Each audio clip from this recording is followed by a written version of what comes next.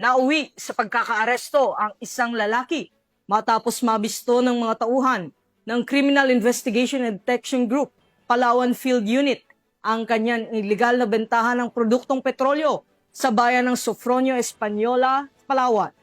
Patrolwoman Eloisa Beredo sa report. Nahuli sa isinagawang entrapment operation ng mga tauhan ng Criminal Investigation and Detection Group Palawan Provincial Field Unit ang isang lalaki na sangkot sa iligal na pagbebenta ng produktong petrolyo sa barangay Panitian, Sofronio Española, Palawan. Kinilalang sospek na si alias Arman, 40 anyos, may asawa at residente ng naturang barangay.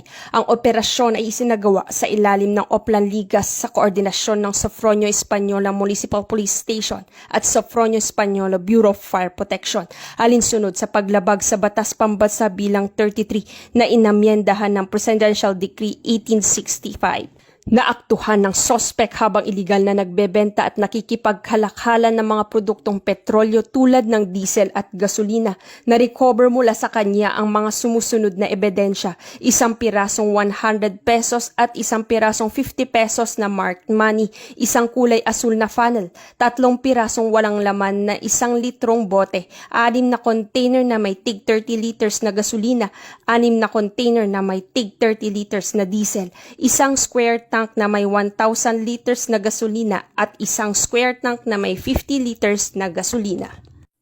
Tinatayang nasa 132,420 pesos ang kabuang halaga na nakumpiskang produkto ng petrolyo na binuo ng 180 liters ng diesel na nagkakahalaga ng 11,520 pesos at 1,860 liters na gasolina na nagkakahalaga ng 120,900 pesos.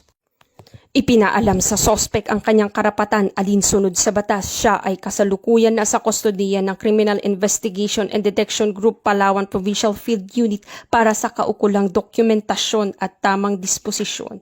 Ang matagumpay na operasyon na ito ay patunay na kampanya ng Philippine National Police laban sa iligal na pagbebenta ng produktong petrolyo na naglalayong itaguyod ang disiplina, integridad at tapat na serbisyo para sa sambayanang Pilipino. Mula dito sa Palawan Police Provincial Office, ako ang inyong PNN Correspondent Patrolwoman Eloisa Joy Beredo, alagad ng batas, tagataguyod ng balitang